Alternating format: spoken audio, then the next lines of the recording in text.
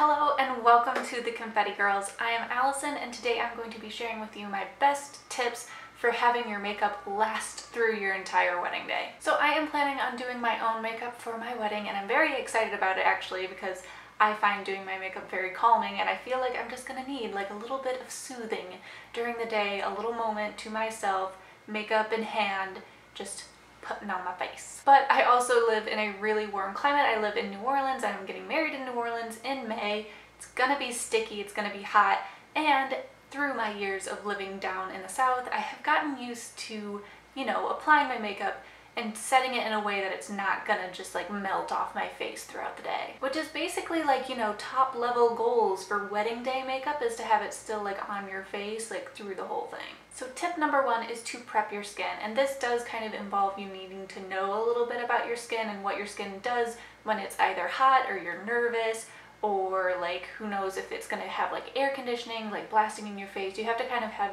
a general idea of how your skin is going to react during the day. So I have very oily skin, it's oily like all the time, plus I'm counting on being hot and sweaty, so I'm going for a really like thick, hold it all together, get everything stuck to your face primer. But on the other hand, if you have like dry skin, or you know that like when you get nervous your like skin dries up, or if there's going to be like a lot of air conditioning blowing on your face, you might want to go with a moisturizer instead. So I like to prep my skin with primer, and I am using the Ordinary's High Adherence Silicone Primer because it just does what it says right there on the tin. It primes your skin and it makes everything adhere to it. It's just like the two things that I want out of my makeup. So after your skin is prepped and ready to go, my tip number two is to build up really thin layers of foundation. So normally during the summers in New Orleans, I go for a mineral foundation and I really buff it and work it into the skin, and it does last relatively well.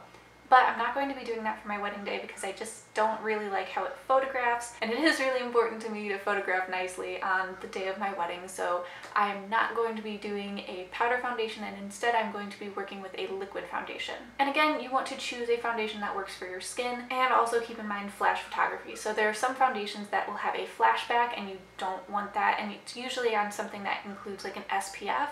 So just keep that in mind, and you might want to like go to the store, see if you can get like a little tester, test it out, take some flash photos, and then see if that's going to work for you. But no matter what foundation you choose, you want to build it up in very, very thin layers. And this works for powder, cream, liquid foundations, the whole lot. I like to work with a makeup sponge, and I will just take a little bit of my foundation, dot it over my face, and then bop it into my skin. And then once I have done a very thin layer all over, I'll let it set, see what needs more coverage, generally like the center portion of my face, and then I will go and add more where I need it. And that really helps to keep things like locked and meshed into your skin, and it helps to keep things from getting too cakey. Tip number three is all about the colors that you're going to be using on your skin. So like blush, highlight, bronzer, everything you're doing, contour too. And that tip is to put a cream product first, then a powder product on top of it. And I know that that sounds like you could get like really cakey really fast, or that you could end up with like Ronald McDonald cheeks, just like the whole too much makeup look.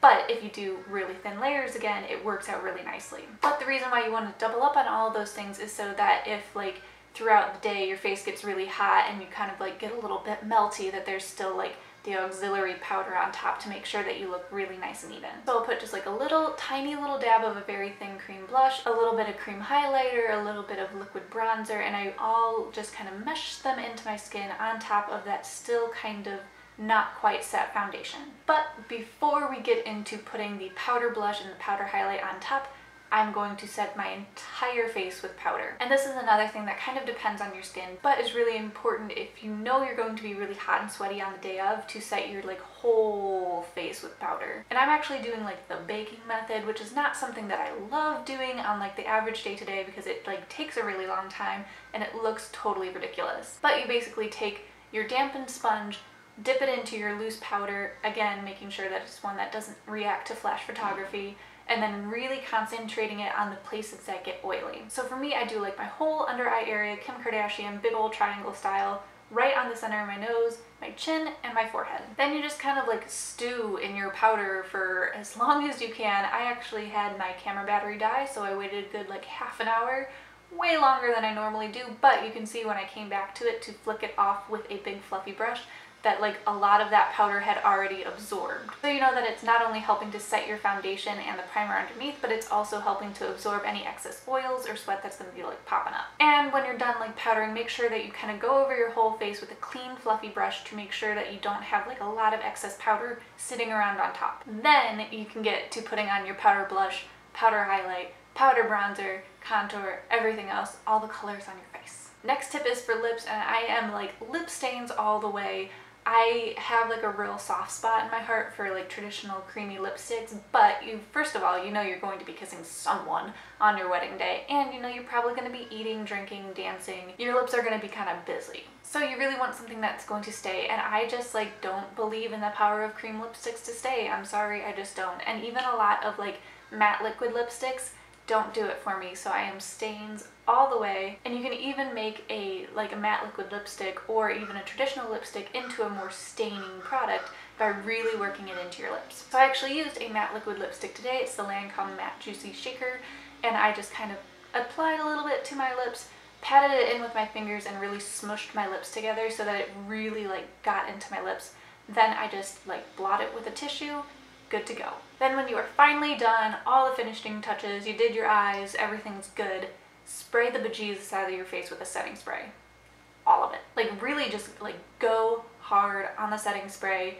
Use more than you would normally because it is worth it for not only meshing all of these like thin layers of makeup together, but it's going to help keep the makeup adhered to your skin. And I also really like using setting sprays because you have put like quite a lot of powdery products on your skin, and it really helps to make sure that you don't look too powdery. So it just kind of meshes everything together.